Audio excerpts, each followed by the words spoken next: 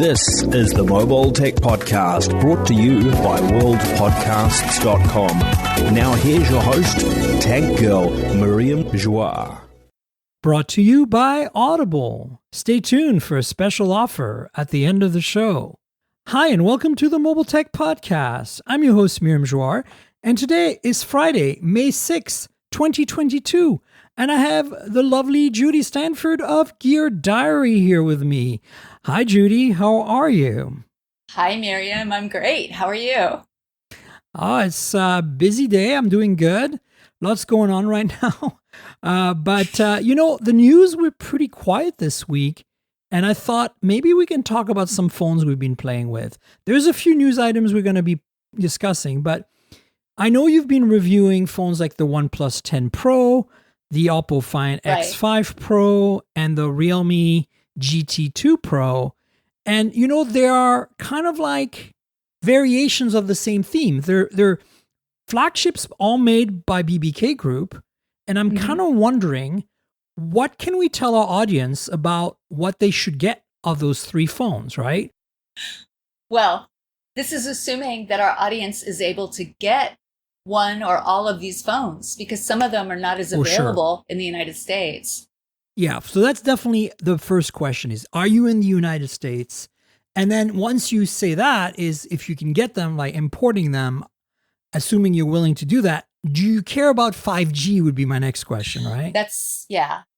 Well, so even for the United States, if you care about 5G, it can still kind of be an issue. So, good point. So do you want to elaborate about that?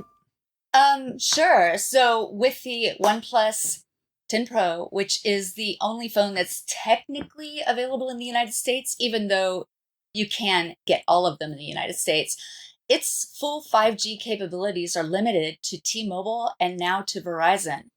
If you're on AT&T or any of the companies that use the AT&T network, you're not going to be able to get 5G, which may not be that big of a deal. Absolutely.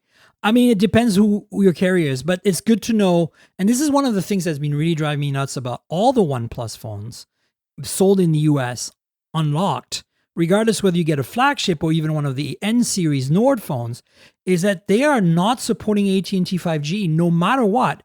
And I don't believe there's a technical issue here. I think this is AT&T wants to certify these. And I think the certification process is more stringent or something. And because I think they have to whitelist the phone to put it on their network. Because in my experience, if you put an AT&T SIM that's got support for 5G into a foreign phone right now, like like that Realme or that that Oppo that we're about to talk about, you just don't get 5G no matter what. Like you can change all the APNs in the world, even force it to go to 5G, and it won't connect.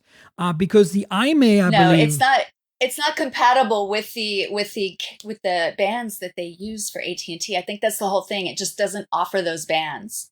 But I think it's more than that. I think AT&T is whitelisting. If they see the IMEI and it's not in their database, they don't let you connect to the 5G network. They let you connect to their LTE network, fine. But that's kind of a problem, right? And so if you are in the US right now on T-Mobile or Verizon, the OnePlus 10 Pro is your bet for 5G support. Now, I also want to add that the 5G for Verizon is only sub-6. There's no millimeter wave support, unlike the 9 Pro last year. The 9 Pro last year had millimeter wave, but cost a lot more. So, in a way, I think, let's talk about that. Do you think it was smart for OnePlus to make it a bit more affordable on one hand, but on the other hand, to limit us to 8 gigs of RAM and even worse, 128 gigs of storage without micro SD, and then no millimeter wave to kind of keep the price down? Because the Nord N20 5G I just reviewed has 128 gigs of storage as well for $282 and has micro SD support. So what's your take on that? You're making it a really hard sell. I mean, this is the thing. It's it's a great phone. It is a great phone. I mean, I enjoyed it very much. And I found that like my 4G LTE speeds for what is offered by AT&T for 5G in my area, they really weren't that far off from our 5G speeds. And I do that with air quotation marks. So So it really wasn't that big of a deal for me, and it might not be a big deal for somebody else who's on AT&T, but not in the middle of an urban area where they have true, like, super fast, it's not just AT&T saying this is our 5G network and you're getting, like, 40 down and 30 up. But anyway, which is what happens out here quite regularly. So my thing is, I'm a little upset with OnePlus because I feel like, okay, is it okay for me to go off on a serious rant because I'm about to? Oh, yeah, go. This is what this podcast is all about. Go nuts. All right, so I feel like OnePlus has made some kind of a deal with the devil with T-Mobile.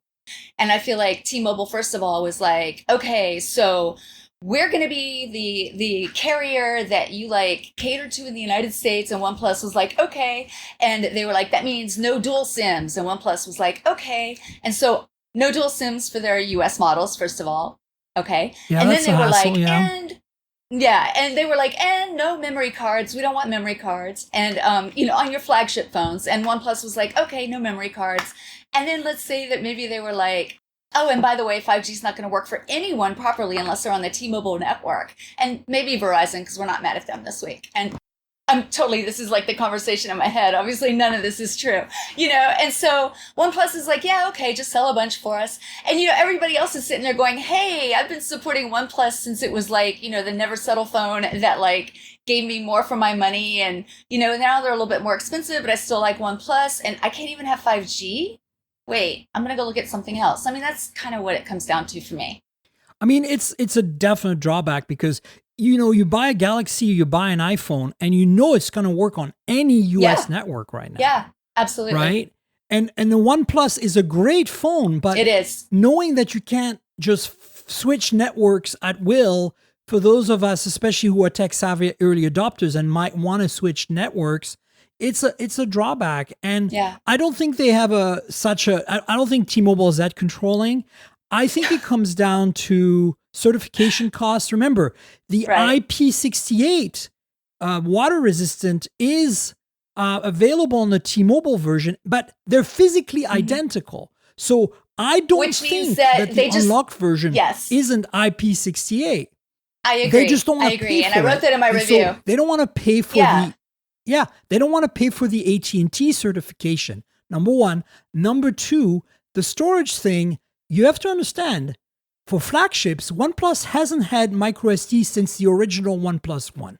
So that's not a T-Mobile thing, right? So that's always been the case with them. No, you're right. Okay, my whole rant was just me going wild. No, the way I look at it, I agree with you, but the storage thing, it's only a problem because we're getting 128 gigs on a flagship. We should be getting 256 gigs on that phone. I don't mind, with an option of 512, yes. Well, options start getting expensive. It means more SKUs. It means more inventory. It means complications. At least give us 256, right?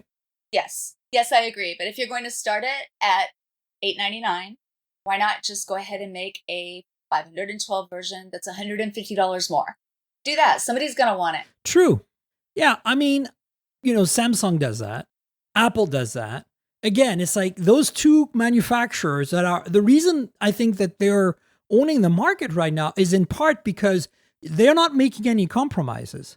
You can pay more to get what you want. And more importantly, you can get it on any carrier. And more importantly, you can get, bring one, get one. You can get discounts. I mean, there is activation discounts on T-Mobile as well, right? For the OnePlus 10 Pro. But generally speaking, you can trade in so much more and get much better deals for Samsung, particularly Samsung, but also Apple at carriers and directly through Samsung and Apple. And OnePlus does have a program that lets you trade in an unlocked phone, but I think that it's not quite as competitive as what the competition is offering, right? Right. So what would you think people should do in the US in terms of the situation with OnePlus? The OnePlus 10 Pro obviously won't do for AT&T customers, right? That's true. So should they just forget it and just buy a Samsung or like iPhone? Is there still a benefit to using a OnePlus 10 Pro on AT&T if you can't get 5G? there are some negatives to using it on AT&T if you can't get 5G. But there are also, if you like OnePlus and you enjoy using their phones, you like their overlay on the operating system and all of that, and you want a OnePlus phone, as long as you're not living in an area that gets like really ridiculously good 5G, you probably wouldn't even notice that big of a difference. Yeah, no, for sure. So you think it's okay? Like, because, when you buy a flagship, you kind of want everything. I know, but a lot of people buy flagships for features that they'll never use, and Right. everything else just to say they have the flagship. So I don't know. It really depends on what kind of user somebody actually is. Right. I think I agree with you on that. So, okay, so we've talked about the OnePlus a little bit. And now, so if you are in the US and you're adventurous and you're okay with LTE, no matter which of the networks you're on, well, actually, Verizon doesn't work very well on the imported phones. So if you're on AT&T or T-Mobile and you don't really care about 5G, then that opens up the possibility of you importing the Oppo Find X5 Pro, which is very expensive, or importing the Realme GT2 Pro, which is much more affordable, actually possibly more affordable even imported than the OnePlus 10 Pro, right? Right. Yeah, there's a bit of a price disparity going on there. So what do you tell potential buyers? How do you think they stand out? Like, what are the things that would make you buy the Realme or the Oppo over the OnePlus, putting aside the networking stuff? Okay, so putting aside network and everything else, you can get the Realme GT2 Pro for $826 roughly. It's $749.99 for the 8GB, 128GB version. But $849.99, which is about $940 for the 12GB, 256GB version, which they're offering 12 gigabytes and they're offering 256, which makes it a bit more attractive in my mind than the OnePlus. 100%. Yeah. So, I mean, you at least have an option with Realme. So what do you lose, though, from, say, the OnePlus 10 Pro? Well, oddly enough, the Google Pay options still work on the Realme. So yeah, that's not too unusual because it's a global phone. It's true, but there are times when you'll get one, especially like a Chinese version, that won't work. But since it's a global phone, yeah. The Chinese ones are it's like forget it. Yeah, even if you can get Google services on there, you're never going to get like Google Pay. But you can get that on, well, both the Realme and the Oppo will offer that. So you're not losing anything there. You're not going to get 5G with either, but you can get much more memory. You can get more RAM and you can get more user memory. So, I mean, that's just a consideration. Now, what you're going to lose? Wireless charging. Yeah, that's true. Okay, fair enough. The Realme will not have wireless charging because it's another wire, right? Isn't that what their guy says? He says, well, you're still using a wire, so it's not truly wireless. You're just placing your phone on something. You're not having to plug it in. So I'm paraphrasing. Yeah, I think that's a if you're in your car and you have a modern car, you have a wireless charging pad. There's no wires. You put it down there while you're driving. It's nice to have, especially if you have Android Auto or CarPlay. So I don't buy that argument. They're saving money. We're getting that money back, which is fair. I have no complaints. The camera systems are very similar across all three of them. Very. What's interesting to me, and I want to point that out for potential Realme customers, is that you get the microscope from the Oppo Find X. Yeah, Find X3 Pro. Last year. Yeah, absolutely. So that's a nice little perk, right? You get to actually enjoy a feature that was on a really expensive flagship in 2021. Yes. But it's gone from the 5X Pro this year, the Oppo. Yeah.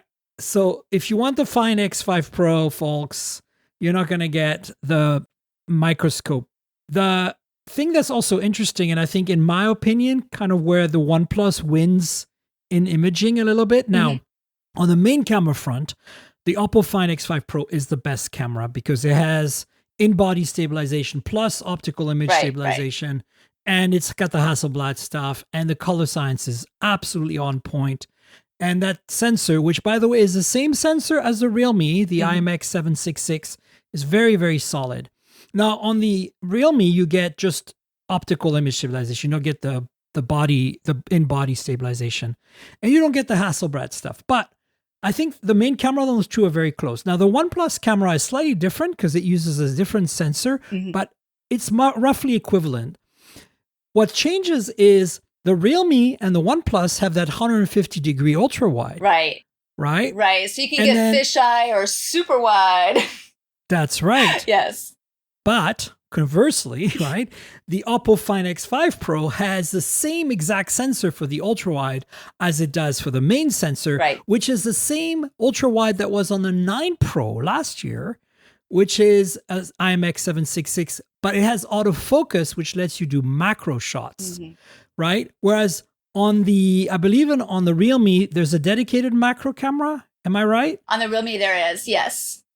But it's not very good because it's dedicated and it's like a secondary cam. It depends on what you need it for. I mean, if you're somebody that enjoys taking macro shots, and by macro, I mean like super macro, like microscope practically, because it's not going to work as well for like, you're taking a picture of a piece of jewelry or something. It's not that kind of camera. It's more like you want to take a picture of the microscope, the right? Threads we're talking about in the your microscope. blue jeans. Yes. It's like, it's more like, we're talking about. Yeah. So if you want to do that, but honestly, real world use of that is probably not that high. It's like something I do when I'm in a meeting and I'm really bored. I'll start pulling it out and start playing with the camera and looking at what my jeans look like, at a microscope microscope level. So if you want a proper macro, not a microscope, but a proper macro, your only choice right now is to go with the Oppo Find X5 Pro because the ultra wide has autofocus and doubles as a proper macro. And it will work as an actual macro. Right?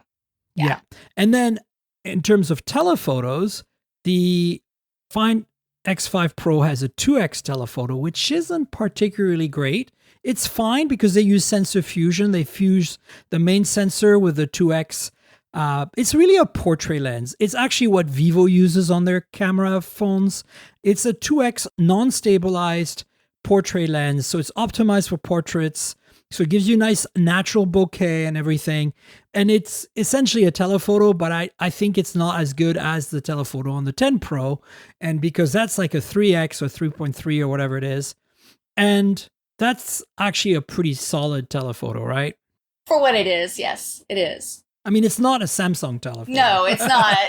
But it's also not some 100 megapixel camera either with Yeah. So, the way I look at it is I think you're still getting, some options. Like there's enough variation in the different models here, right? Those three phones in terms of imaging that you actually can kind of tailor which is the best setup for you. Right. If you want the microscope, Realme. If you want the best telephoto of the three, OnePlus. Right. If you want the ultra crazy 150-degree ultra wide, OnePlus or Realme. Right. If you want the best main camera and a really good ultra wide, it's Oppo. Yeah. And so to me, it's kind of interesting that, in a way, I feel like, you tell me what you think of this. I feel like BBK is kind of part spinning here. Like they're just going, which part should I grab from which bin for which phone, I think. And that's okay. That's absolutely what they're doing. But I do wish they would give some more of the high end features for the phone that is easily available in the United States. Even if they're not going to offer, full 5G unless you're on T-Mobile or Verizon, it's like, put some more of those high-end things on there so we can call it a flagship in the United States. Yeah, no, I agree with you. And I think there's a news item we're going to talk about that might be bringing this to us at some point. All right. So, yeah, stay tuned to that. But I feel personally that I think we've kind of talked about all the different camera features. In terms of the front sensing cameras, the selfie, they're pretty much a wash. They have the same sensor, both of them. I feel like the Oppo has a little bit more sensitivity in low light. They have a specific sensor that they're using for that. So that's nice. If you want slightly better low light performance on your selfies, I think the Oppo is the one. But, the Oppo is also a lot more expensive than the other two, right? Yeah, and honestly, I found that the OnePlus 10 Pro did all right in lower light. I mean, I'm not talking about total blackness, but it does well in low light and bad light situations. I agree. Yeah.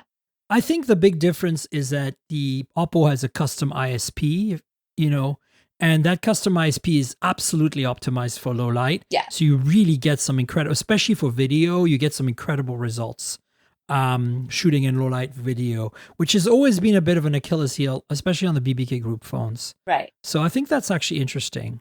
Now, the other big difference is in display, because the OnePlus 10 Pro and the Oppo Find X5 Pro have the exact same panel. Mm-hmm. It is a AMOLED, it is Quad HD, it is 1 to 120 hertz LTPO2. Mm-hmm.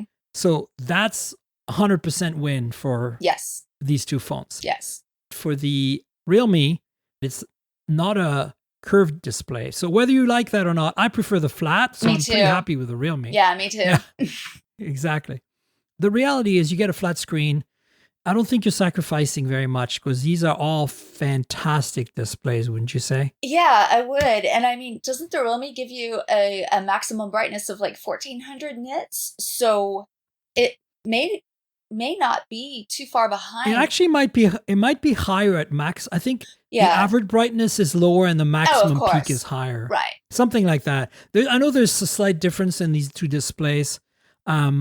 But definitely the OnePlus and the Find X5 Pro have the same display. Yeah. And of course, they're tuned slightly different in terms of color, right? Like white balance and stuff. And that you might like it a little more yellow or a little more white, depending what your preferences are, which I think is really interesting. And then processors, they all have a Snapdragon 8 Gen 1. And you can buy the Oppo Find X5 Pro with a Dimensity 9000 as well in China. So interesting choices there. Options. Right? Yeah, absolutely. Options. In terms of wireless charging and stuff, we've already talked about the Realme not having that. But the main charging speed is different too. The Realme is 65 watt wired, whereas the Oppo and the OnePlus are, well, okay. So hold up. The Oppo is 80 watt. Mm-hmm. The OnePlus is actually 80 watt in global markets and 65 watt in the US. Yes. And of course, the wireless charging on both the Oppo and the OnePlus is 50 watt. So what does that mean to you?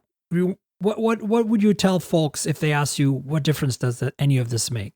Well, if you're talking about the difference between 65 watts and 80 watts charging, it's honestly not going to be much. But having 65 watt capable fast wired charging is, I mean, you're talking about, going 0 to like 50% in like 20 minutes, something like that, and fully topping off your phone well within an hour. I mean, it's like, it's ridiculously fast charging if you're used to like plugging your phone in at night, going to bed, and it's maybe ready in the morning. It's like, this is like, okay, throughout the day, because you're having a really crazy day and you're on your phone a lot, every time you get a chance, just top off a minute and your phone will be practically at full charge for the rest of the day. I mean, it's like, it's a nice thing, but it's really nice to have. Yeah. But I mean, that's one of the strengths that these three phones, not just, I was thinking the OnePlus, but over a Samsung or an Apple iPhone, right? It's like you can charge them way faster wired and wirelessly too, because 50 watt, but you need a special charger. I was going to say, you have to have the right charger and right cable though, for all of these in order to get the speeds, correct? So that's something to consider. Yes. The good news is they used to each of them have their own branding. Yes. So I think it was Dart for the Realme, right? Dart charging. Yeah, Dart charging, and then it was VOOQ, VOOQ. Right now it's VOOQ for the OnePlus and the Oppo, but it used to be OnePlus dash charging, and then it turned to Warp Charge, and now it's VOOQ because they're following the Oppo branding. Right. But just so you know, all three of those, if you find a Warp charger that's 65 watt in your parts bin of cables, or if you find a Dart charger from Realme, or if you find a VOOQ charger from Oppo, they're going to be the same. Yeah, that was actually one of the things I was most pleased about, because the first Oppo that I ever reviewed did not come with a charger that would work here, and finding out that it would work well with the OnePlus chargers that I had and I could still get fast charging, that was good news for me. It was a win. It was a win. A big win. Yes. Yes. So I'm actually looking at GSM Arena now, our friends over there that have a great database of all the things. and I'm comparing the three phones, and I'm trying to see if there's any other major differences we should be talking about. All three are running Android 12. All three are using the same essential OS. It's Color OS, and it's slightly skinned. For Realme, it's called Realme UI. For OnePlus, it's called Oxygen OS. And of course, it's called Color OS. Color and Oppo, yes. For the Oppo, right? So you're getting the core of the OS are the same. And actually, that's a sticking point for, I think for people like you and me, Judie, I'm happy with it. It's fine. It doesn't feel quite as snappy as Oxygen OS used to feel when it was a native thing, because it's a skinned version of Color OS. But I find it fast enough. But I find that when I talk to other people, that's a sticking point for them. They're like, I kind of want to bring back the days when my OnePlus phones were telepathically quick, and that's not quite the case anymore. I also could that have something to do with less RAM as well, though? I mean, no, I think this is more like the ability for the UI to follow your finger. Okay, like it's a very subtle thing. You really have to be well in tune with the higher end side of phones to notice these kind of things. I think the average user is going to find these three phones incredibly quick to use. Yeah, no matter what, right? Yeah, I would think so. And then let's see, cameras, wireless charging, processors, display, design. Well, I think the Realme is kind of a bit more boring than the Oppo and the OnePlus. All right, so but honestly, here is the Realme, and here is the OnePlus, and oh my God, Judie, that's so awesome. Oh, wrong side. Oh, flip it over. Yeah, there we go. Yeah, there is the Find X5 Pro. So that's right. Trying to keep my camera from moving. So which ones do you think? I mean, look, this is what I like about all three of these. They're really venturing into some cool, like, case things. This one's ceramic, and pay no attention to the sticker on there that I haven't removed, but this one is actually ceramic, which is lovely. It resists scratches. It's tougher than Gorilla Glass, Victus even. I mean, it's a really tough material and beautiful and feels good in the hand. All right. Then we have OnePlus that did this wonderful, I feel like I'm showing off models here, but did this wonderful like matte glass. And I haven't seen the green version, but this crazy black one just looks like matte black inside, but you go outside and it looks like a freaking light show. It's crazy how it lights up with. It's sparkling. It's so pretty. And then we have the paper finish on the Realme. The Realme. Yes. And it's got like a texture to it, an actual crosshatch that you can see in it. But again, it's no fingerprints, no smudges, just really nice to touch. And you will get fingerprints and you will get smudges on the ceramic, but it's so pretty. And if you have the white one. I have the white one. Oh, be still my heart. That is such a beautiful model. Yeah, hold that thing up. Yeah. Look at how gorgeous that is. It looks milky and just lovely. It's amazing. Yeah, I'm jealous. So my take on this is my favorite definitely is the Oppo, because it's got a really intricate ceramic shaped back. I use it with the case what you saw there is in the case that comes with it, because it gives it a matte frosting. Yes. And of course you lose all the fingerprints, which is awesome. Yeah. But if I had to use without a case, the Realme would be my choice for sure, because that paper-like finish is actually plastic, but it's very well done. And it's still a metal frame. It's actually, they didn't cheap out. It's a metal frame phone with antenna bands. It looks really premium. It feels really premium. Yes. And then you have OnePlus in the middle. The OnePlus has a glass back and a metal frame. Of course, the Oppo has a metal frame too. But the glass back is interrupted by that camera pod you pointed out, which I think is really unique and it's ceramic. Yes, you're right. Yes.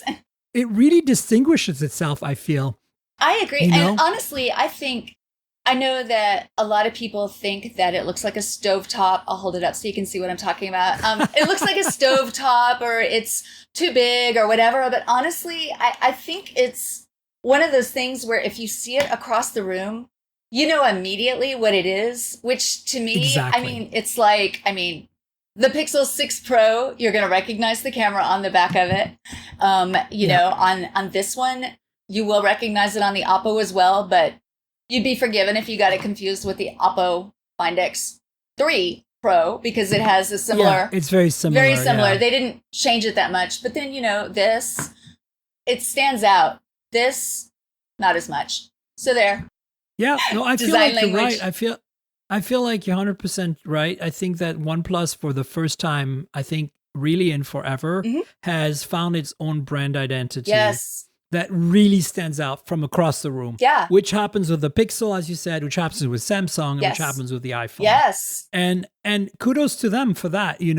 I found that people saw my Find X5 Pro this year and my Find X3 Pro last year and thought it was an iPhone in a case.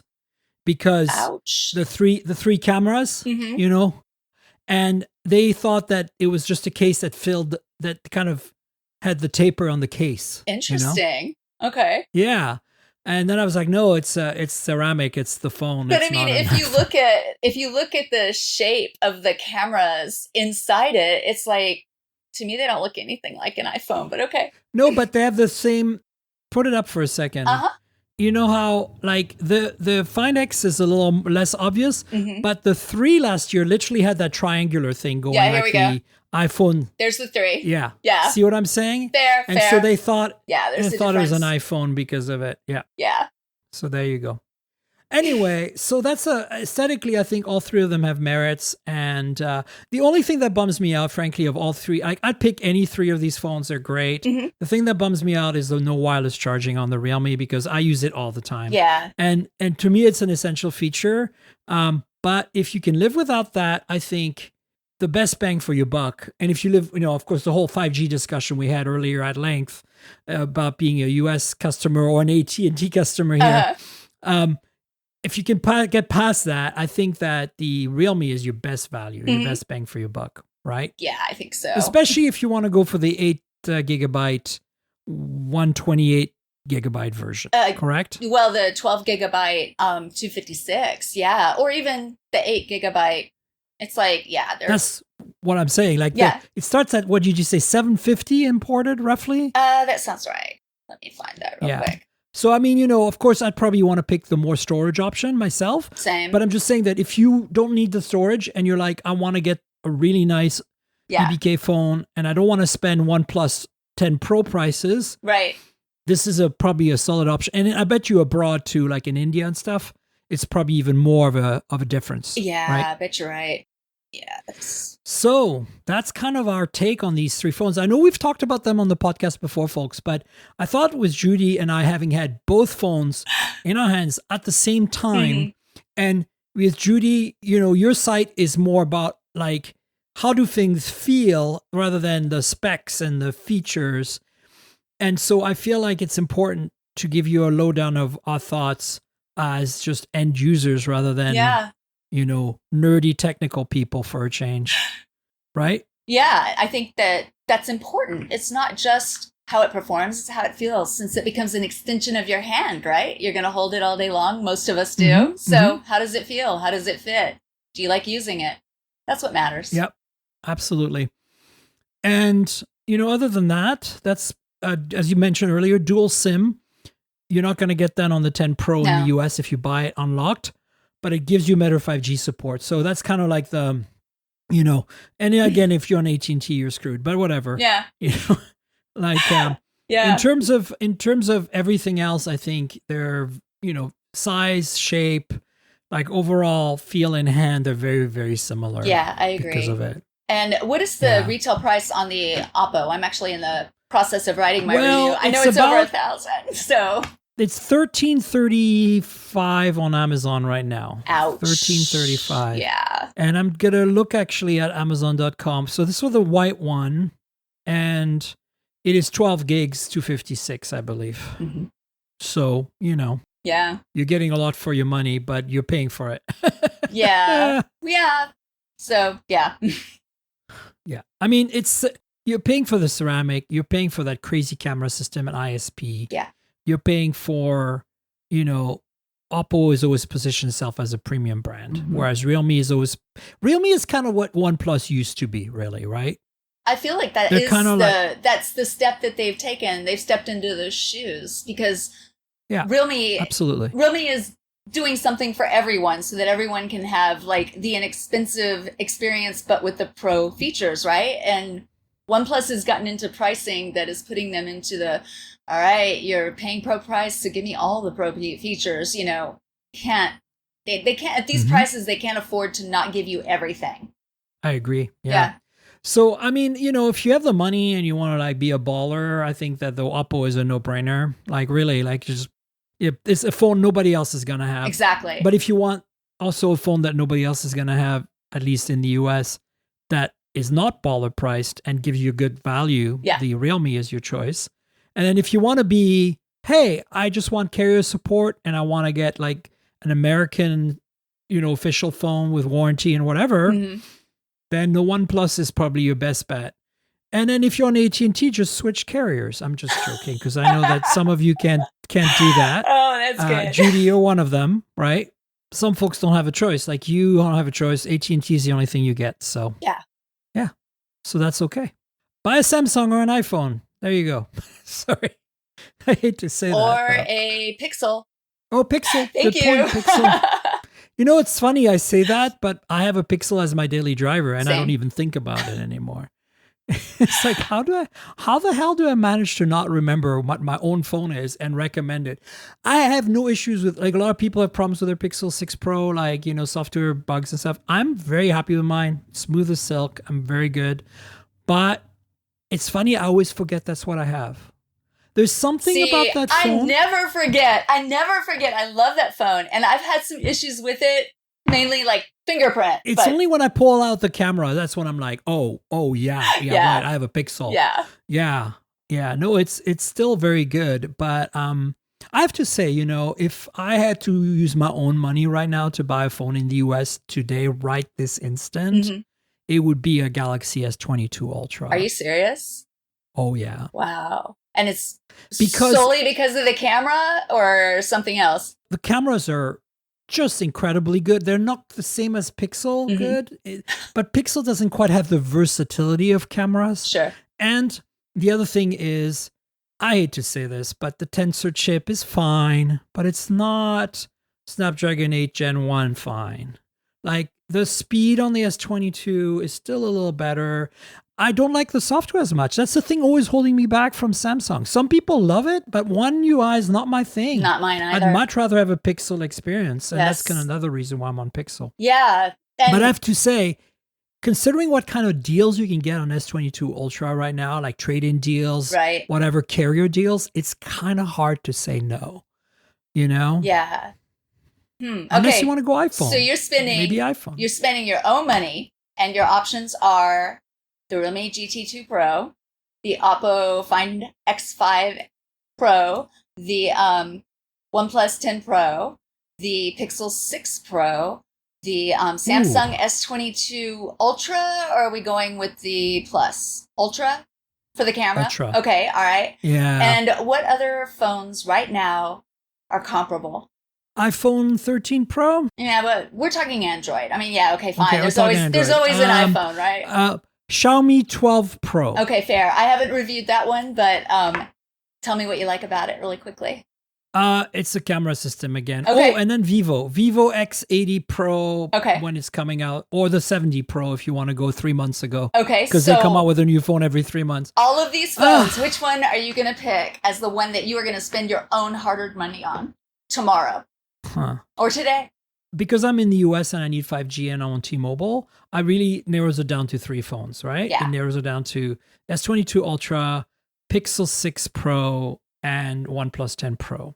And the iPhone. And, but we've eliminated the iPhone. So for me, I think it'll be the S22 Ultra probably still. Yeah, it's like the camera versatility. Like if I right now I can live without the extra telephoto because I have one in my pocket, I have one in my bag. Mm-hmm. So if I really need that versatility, I just pull out the S22 Ultra. But as a daily, I think the Pixel 6 Pro is a better daily. Yeah. You know? Yeah. So, and then the OnePlus 10 Pro, I really love it. I really like it, but I'm a bit of a purist and an old school OnePlus person, and I remember how incredibly, and I hate to use that word because it's so cliche, and I use it on this podcast all the time, but telepathically fast. It feels like before I even put my finger on the screen where I want to be, the phone reacts, and it keeps track of me doing the craziest multitasking without even skipping a beat. And that has never happened on the phone since the 8 Pro. The last version of Pure Oxygen OS that was really optimized before the bugs started coming in. And the 7T and the 7 Pro before that as well. Mm-hmm. But the problem is that those have all been updated now to versions of Oxygen that are a little more buggy and not quite as streamlined. And phones like the 9 Pro are getting Oxygen OS 12, which is based on Color OS 12, which again is fine, but it's a skinned Color OS. So at that point, I might as well buy a Find X5 Pro and call it a day and have a better phone in terms of hardware, right? Right. But all of this leads us to one big news item that I'm very excited about. We've covered it a little bit because the rumors have been coming that OnePlus is working on a OnePlus 10 Ultra or whatever, 10 Pro Plus. Because in BBK land, in Oppo land, it's always been Pro Plus. So we're looking at a OnePlus 10 Pro Plus or Ultra that would have a periscope telephoto and a Snapdragon 8 Gen 1 Plus, supposedly whenever that chip is announced. We know it's coming at some point. It's got to, because Qualcomm always does this. But the reality is, what else can they throw in there? Like more storage, more RAM, right? Yes. So if this was $1,100 instead of $899, instead of $900, and it had a periscope and more storage, more RAM, and a slightly faster chip, and can we address this AT&T certification problem here, OnePlus? Please, oh my God. Can we stop messing about and give us a OnePlus phone that we can use just like the competition does, unlocked on any network in the US? Then I think I might actually buy that. It would be tempting, absolutely. So the latest rumors on that are basically, it's coming. It's coming. It's clear, getting more and more clear that it's coming. I gave you the specs. We presume that the folded telephoto will be a 5X, but that's based on past BBK group shenanigans, as it were. But yeah, I feel like, it's still not going to be an S22 Ultra level phone with 2 telephotos or anything like that. Right. For better or for worse. But the industrial design is very similar and it's coming with a newer chip, which, everybody's going to appreciate if you're a high-end seeker of all the best phones.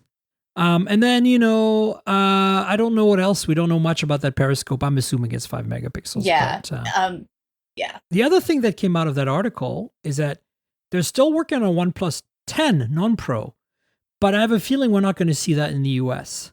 So that one supposedly has a Snapdragon 888 or a Dimensity 8000 and potentially a Snapdragon 7 Gen 1 whenever that becomes real. Right. So, basically we're still rumors flying around about a 10 non-Pro. Would you want that? It really depends. For me, the 9 non-Pro last year, the OnePlus 9, was a bad choice, and I didn't recommend it to people because of 2 things. It didn't have OIS on the main camera, which I think is egregious on a flagship, and it didn't have a metal frame, which I also think is egregious on a flagship. When the year before, the OnePlus 8 Pro and 8 both had OIS on the main camera and a metal frame, and there were no excuses being made by anyone. Right. So, yeah, I don't know. We'll see. Maybe the 10 Plus, OnePlus 10 Pro Ultra or whatever they're calling it, maybe they will make it better. We'll see. Yeah, I'm actually looking forward to this one because I feel like this would kind of complete the package for me. Yeah. This would really define what a OnePlus proper flagship is, even if it's more expensive. Yeah, but give people more options. They've been down the more expensive route before and people bought some. So I think that it would be safe for them to release a more premium version. 100%. The next item we have is very interesting. I don't know if you read the article about this Pixel folding phone. You are speaking my language. I want. So it's supposedly might be called the Pixel Notepad, which is interesting. But what's really caught my attention is that, and this is a rumor we'd already found before this article, which is the fact that it's going to be more of the Oppo Find N kind of form factor. So a little like the front screen won't be tall and narrow. It'll be more a regular size screen, in terms of, so I like that a lot more. Yeah. But what really got my attention is that patent below there. If you look at that article, which I'll link in the show notes, folks, it's an article by JSM Marina. They're showing a patent that Google applied for to do an under-display camera. And it's super smart because the problem with under-display cameras, did you play with the ZTE Axon 30 last year that had the under-display camera? I did not, but I had the Galaxy Z Fold 3. Oh, you've had the Fold 3, yeah. So you know how you can kind of see that weird pattern, that area, right? Like yes. The quality of the display drops in that spot a little bit. Yes. And so that's been the sticking point all this time. And that's not the only sticking point. The quality of the camera under that display is also not great. Exactly. Yeah. So yeah, but since you're on a Fold, you're just doing video calls with that camera anyway. You can use the real cameras to do a selfie, right? Oh, of course. So it's not a huge deal. But this patent solves everything because the way they're doing it is there's a prism underneath the cutout in the screen. Mm-hmm. And that prism can switch from one side to the other side underneath. And on one side, you have a camera. On the other side, you have a mini display. And so what happens is when they turn the camera on, the camera shines through that hole in the display. And it's like a normal front-facing camera with a punch hole. Mm-hmm. You have no distortion or problems because you're not trying to go through the actual AMOLED screen. Right. You're going through normal glass. And then when the prism switches to the tiny mini display, it's actually projecting an image from the mini display onto the AMOLED screen. And it's filling in that hole, that punch hole, if you want, with display, with projected information. I cannot wait to see it. How cool is that? Hey, finally getting some futuristic phones. That's a crazy patent. I don't know if we're going to see it, if it's just a patent and we'll never see it. Right. Whatever, you know how it is with patents. Right. But the idea is really brilliant, especially if you can calibrate all that properly. Yes. And that auxiliary display is made of the same AMOLED as the main display so that the color matches, everything is correct, and then you don't even notice, right? Right. I have a feeling it'll still be noticeable, but probably less noticeable. Yeah. Than the current method of try to take a photo through an AMOLED screen. If it's any better than what Samsung was using on the Z Fold 3, it's going to be fine, because using the Z Fold 3, half the time I would notice it at first, the area where it was covering it, and then it wouldn't be noticeable anymore. So if this is better than that, you may not notice it at all, other than the initial, oh, that's where it is, moment that you have, until it just starts becoming like you don't see it. Yeah, so let's find out. I think this I was not going to even include this because there's been rumors of this, Pixel Fold forever. We all want it. I know, and I want it so bad. We're all on board, but this is very interesting. I've never seen anything like it. And as a camera geek, I was just like, wow, this is such an interesting idea. Yeah. So that's another piece of news. And then the one I'm excited about is that we're starting to see not just rumors, but actual leaks. And I'm going to link to two stories, one from Mac Rumors and one from 9to5 Google, for Sony's new top-of-the-line noise-canceling headphones, the wireless ones, the WH-1000 series. It's not going to be on its Mark V, so the 5th generation. So we're seeing leaks of the packaging, leaks of the actual headphone design. So what that means to me is that we're going to get those imminently. And, right now the Mark IVs are the king of the roost. Nobody makes better noise-canceling headphones with good battery life, that sound that good, that have such a good noise canceling, that have basically everything in the kitchen sink. Bose owned that for a while, but the sound quality was never good enough. And Sony came along and said, look, hold my beer. We can do better than Bose. And they did. And they did for the last 2 or 3 generations they have. So a lot of people are looking at these going, what are they going to do this time? The design's different, good, but the battery life is already incredible on the Mark IV. So if the Mark V have even better battery life and even better noise canceling and even better sound quality, like it's a win-win all around. Like nobody needs these. Like the Mark IVs are good enough. So this is but if you held off and you didn't buy the Mark IVs, now it's time to buy. 100%, 100%. So this is kind of where we're at with those, and I'm excited about it because personally I have the Mark IVs, I had the Mark IIIs before that, and I travel and fly a lot, and I use them on flights all the time, and they sound absolutely phenomenal. And so for me, that's the number one thing. They sound phenomenal. Number two, great noise canceling. Number three, fantastic battery life. So I'm just very happy with them. So I'm very excited about these. I've actually reached out to Sony PR and said, hey guys, I haven't heard from you. What's happening with this? Because I don't want to Don't forget me. Yes. Don't forget me. Yes. Yeah. Aw. Yeah. The last item on the news is not super exciting. It's a bit nerdy, but you guys all know, if you're listening to the show, that storage performance, the speed of your storage on your phone is actually pretty critical.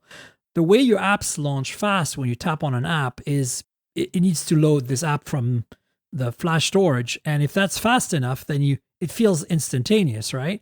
So once it's loaded, it stays in memory. So it's a bit faster to switch to it. But if the first time your phone is booted and you run an app, if it's instantaneous, it feels so much nicer. So there's a number of tricks manufacturers use to make that happen. Some of them create a RAM disk and copy the app over to the RAM. If there's a lot of RAM, you can do that, and then it feels instantaneous. But what's exciting is that, UFS, which is the kind of universal file storage standard that is used for flash memory on phones, is currently at version 3.1, I think. All the flagship use that. It's the fastest storage that exists. Well, Samsung's just announced UFS 4.0, which is even faster by quite a bit. So that's the big news, is that we're going to get phones that not just the processing power, but the actual storage performance is going to be much higher, which means that apps are going to start faster, videos are going to play with less dropped frames. Just overall, it's going to be a better experience on our phone simply because storage is faster. It's like if you think about your computer, when we switched from hard drives to SSDs, right? It made a huge difference. Yes. So this is what the news is about. It's pretty surprising, but I want to mention it simply because I'm like, that means that flagships later this year and next year are going to have this. Yes. And maybe mid-range phones are going to have a little bit 3.1. faster, than they usually do. Yeah. So everybody gets a step up. I like it. The other big deal about this news is it's not just faster, which is expected. It's also 46% more efficient. So your battery life is not going to suffer from that performance improvement. So that's important. Cool. Yeah. Win all around. So I figured I should mention that. Another thing that's come up since then that I didn't put in the show notes for you, Judie, and maybe you've heard about it, is T-Mobile had another on-carrier event this week, and it was about their home broadband. So tell me all about it.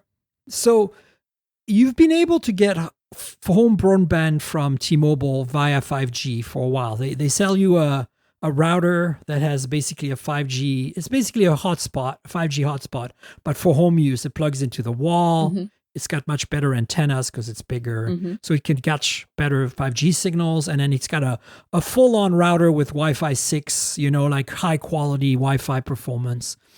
And, it's essentially free if you sign up for their service. And their service has always been pretty competitive. $50 a month, unlimited data, right? So I think they take a deposit on your credit card for the device. So when you return it, you get the deposit back. You don't actually pay for the device, and then $50 a month after that, right? Yeah. So it's a good deal. But now they're letting you try it for free for 15 days. So if you are living in a place where you're pissed off at Comcast or whatever, say your DSL provider, like you can't get fiber, you are just not getting good options with your internet using a standard wire of some kind, like whether it's cable or whether it's DSL, and you want to break up with them, but you can't because there's no choices. Right.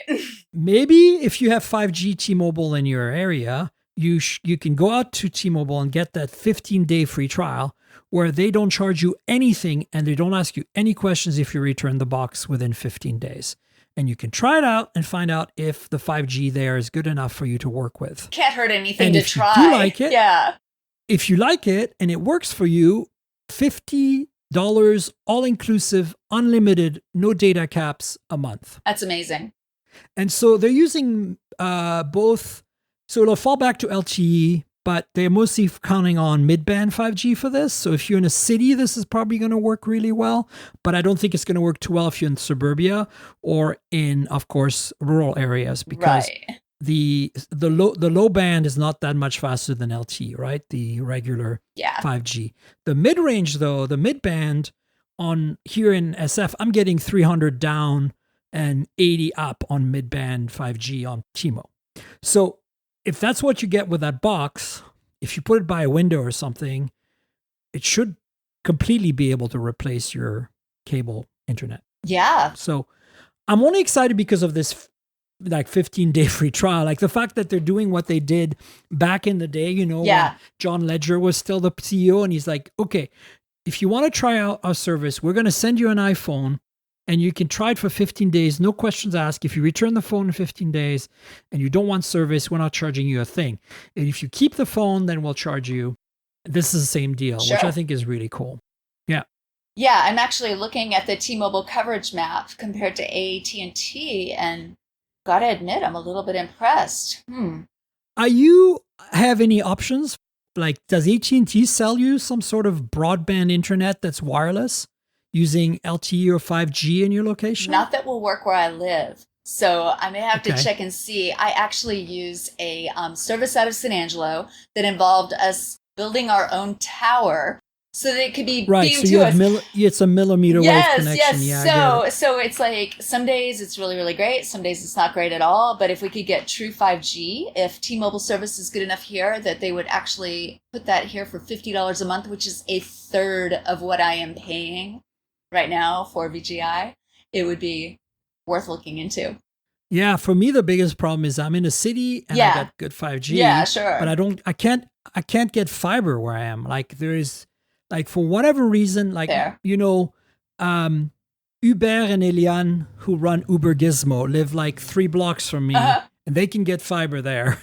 But I can't get fiber where I'm at. So I'm on cable right now, which is fine. Yeah. But and thankfully, I'm not with one of the evil companies. I'm with a smaller provider, so it's not as I'm not locked in as much, right? So I can move anytime. But I'm actually tempted to just kind of contact T-Mobile PR and say, "Hey, can I try this out?" And if they say yes, then I don't have to worry about the 15-day limit. If they say no, then I'll just go and get one because I'm already a T-Mobile customer. So adding it to my line, actually, you get a special deal if you're already a T-Mobile customer. Mm-hmm. You get a free month. So I might try it out because I'm not sure I'll switch to it, but I want to see how viable it is in an area where we have good mid-band. Yeah, right? Absolutely. The Verge did a review back in, I think I want to say November, December last year, and they found it to be kind of iffy, but they weren't in a very good signal area. So maybe, I don't know. It's tempting. I think you should try it. And I think if I can get it in my area, I should try it too. And then we should like check in with each other and see what the difference is with what we're used to and see if it made a difference. Fantastic. I like it. Well, listen, we should wrap up. Do you want to tell folks where they can find you on the internet? Yes, you can find me at geardiary.com or on Instagram at geardiary and on Twitter at geardiary. And folks, you should definitely read Gear Diary and follow Judie. And you know how it is. If you want to chat with us about this podcast, follow us on Twitter at Tankgirl is my handle, TNKGRL, like the comic book character, just drop the vowels. I'm also on Instagram with that handle. If you want to chat with me on Instagram, that's cool too. But it's a little harder to have like a group conversation with Judie as well. So Tank Girl on Instagram, Tank Girl on Twitter. Instagram is where I have pretty pictures of phones, pretty pictures taken with phones, pretty pictures of cars, since I do car reviews for Tech Radar. Mm-hmm. Check it out. And of course, the podcast lives at mobiletechpodcast.com. And we're on all the good platforms, Google Podcasts, Apple Podcasts, Spotify, Pocket Casts even, which is my favorite app for Android. So check it out. Subscribe, tell your friends, If your app lets you review or rate the show, please do that. That really helps for people who are kind of not sure and want to get an idea of whether they should subscribe. And then, of course, we have a couple of YouTube channels that go with the show, youtube.com/mobiletechpodcast and youtube.com/mobiletechmore. Those are, your standard YouTube channels. One is basically all about the phones, the audio stuff, like those headphones from Sony, and the wearables. And then the other one is more like all the other stuff, like travel tech, home automation, car tech, the battery packs and the accessories and the robot vacuums and the whatever. So check that out. Please like, subscribe, tell your friends, click the notification icon, comment. You know how to do YouTube. I don't have to explain this to you. You can comment about the podcast on the YouTube channel as well, because, I'll be happy to answer. And then there's Patreon, patreon.com/tankgirl. That's patreon.com/TNKGRL. This is how I survive as a podcaster. So consider helping out. It's a good deal because we have different tiers, and the different tiers gives you extra content. So for example, every week you get this audio version of the podcast that's public. Anyone can subscribe. But if you want to see a video version where Judie is showing off all the phones like she did earlier, Patreon is where it's at for that stuff, because I have a video version of the podcast that I publish ahead of time. Like you get it a day or two before the public audio version if you're a Patreon. And it's unedited, like it's more raw. Like I don't go nuts cleaning up all the audio and stuff. So it's a little bit more off the cuff. Makes you feel you're kind of there live. So check it out. And then another tier is we have a Discord server. If you want to chat with me or whatever, it's another option.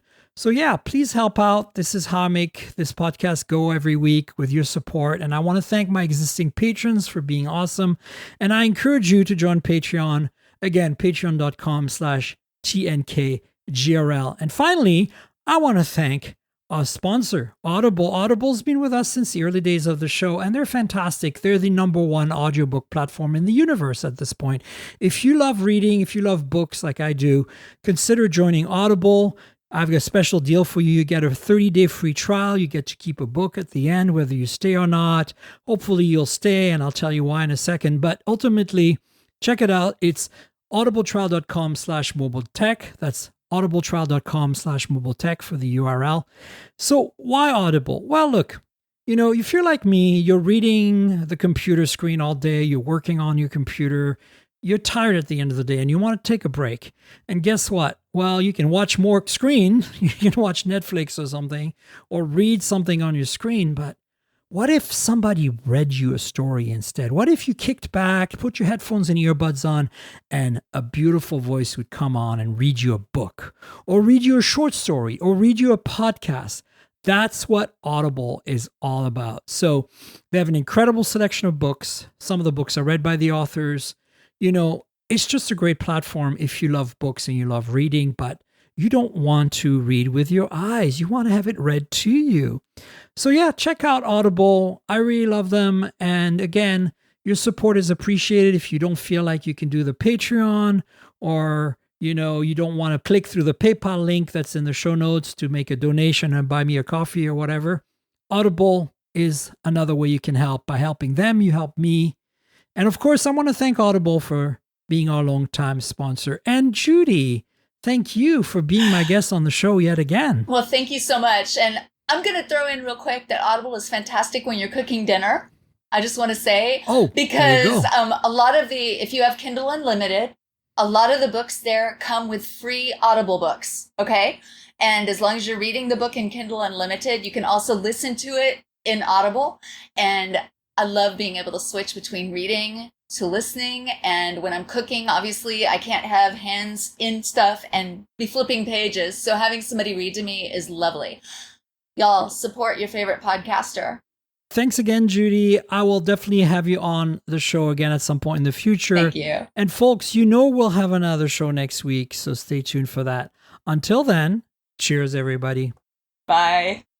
This has been the Mobile Tech Podcast with Tank Girl, proudly presented by worldpodcasts.com. You can visit us online at mobiletechpodcast.com.